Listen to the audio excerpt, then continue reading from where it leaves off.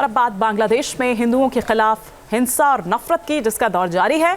कट्टरपंथी ताकतें इस्कॉन के बहाने हिंदुओं को टारगेट कर रही है। हिंसक जमात के मौलाना देश भर में घूम घूम कर हिंदुओं और इस्कॉन के खिलाफ जहर उगल रहे हैं। एक मौलाना ने तो इस्कॉन को आतंकी संगठन तक करार दे दिया, कैंसर तक कह दिया। कट्टरपंथियों के इस नफरती एजेंडे को बांग्लादेश की सरकार भी खुला समर्थन कर रही है।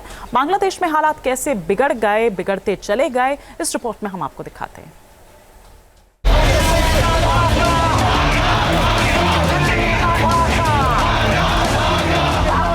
चोरी के साथ सीना जोरी पर उतरा बांग्लादेश।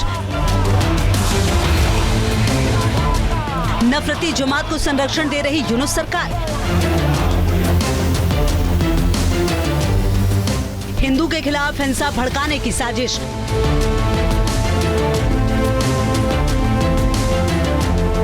बांग्लादेश में हिंदुओं के खिलाफ अराजकता और अत्याचार का दौर जारी है। कट्टरपंथी जगह जगह हिंदुओं को टारगेट कर रहे हैं। लगातार बढ़ती हिंसा खतरनाक संकेत दे रही है और अब तो बांग्लादेश की सियासी पार्टियां भी भारत विरोधी एजेंडा चलाने लगी हैं। ढाका में बीएनपी यानी बांग्लादेश नेशनलिस्ट पार्टी के कार्यकर्ताओं ने इंडियन हाई कमीशन के सामने विरोध प्रदर्शन किया। राजधानी ढाका के नया पल्टन इलाके में बीएनपी के मुख्यालय के सामने हजारों कार्यकर्ता जुटे हुए हैं और इंडियन हाई कमीशन की ओर मार्च किया। भारत विरोधी इस प्रदर्शन में जमकर नारेबाजी भी हुई और बैनर पोस्टर के साथ बीएनपी कार्यकर्ता सड़कों पर कूच करते रहे। हिंदुओं के खिलाफ नफरत के साथ ही बांग्लादेश में जिस तरह भारत विरोधी प्रदर्शन हो रहे हैं, उससे साफ है कि वहां कट्टरपंथी कितने हावी हो चुके हैं। यही वजह है कि हिंदुओं और मंदिरों पर हमला करने के बाद बांग्लादेश में गिरफ्तार हिंदू पुजारी चिन्मय दास समेत सैकड़ों हिंदुओं पर नए सिरे से एफआईआर दर्ज की गई है। मीडिया रिपोर्ट्स के मुताबिक चटगांव में कोर्ट परिसर में पुलिस और हिंदू पुजारी चिन्मय कृष्णदास के अनुयायियों के बीच झड़प को लेकर मुकदमा दर्ज किया गया। इसके तहत चिन्मय दास को मुख्य आरोपी बनाया गया है। उनके अलावा 164 नामजद और 500 अज्ञात लोगों के नाम एफआईआर में हैं। बांग्लादेश में इस्लामिक कट्टरपंथी इस्कॉन मंदिर के खिलाफ रोजाना जहर उगल रहे हैं।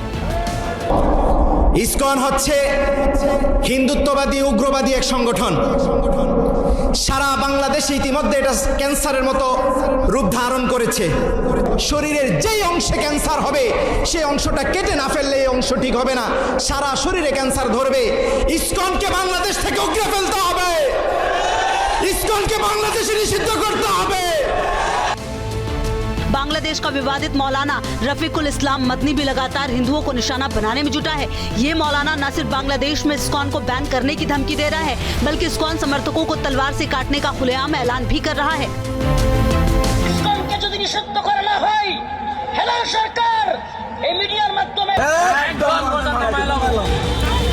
मीडिया रिपोर्ट्स के मुताबिक बांग्लादेश के अल्पसंख्यक पर अब तक 2000 से ज्यादा हमले हो चुके हैं। बांग्लादेश में 77 से ज्यादा इस्कॉन मंदिर हैं। यहाँ लगभग हर जिले में मौजूद इस्कॉन मंदिर कट्टर जमात के टारगेट पर है।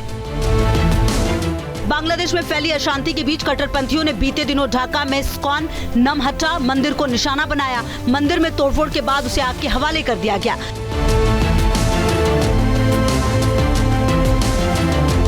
कुछ लोग बहुत ही खतरनाक बोल रहे हैं इस्कॉन के भक्तों के लिए। कहा जा रहा है कि अगर इस्कॉन को बैन नहीं किया जाएगा तो हम लोग इतने दिन का मोहलत देते हैं और अगर सरकार इस्कॉन को नहीं बैन करेगी तो हम लोग खुद इस्कॉन के लोगों की हत्या करना शुरू करेंगे।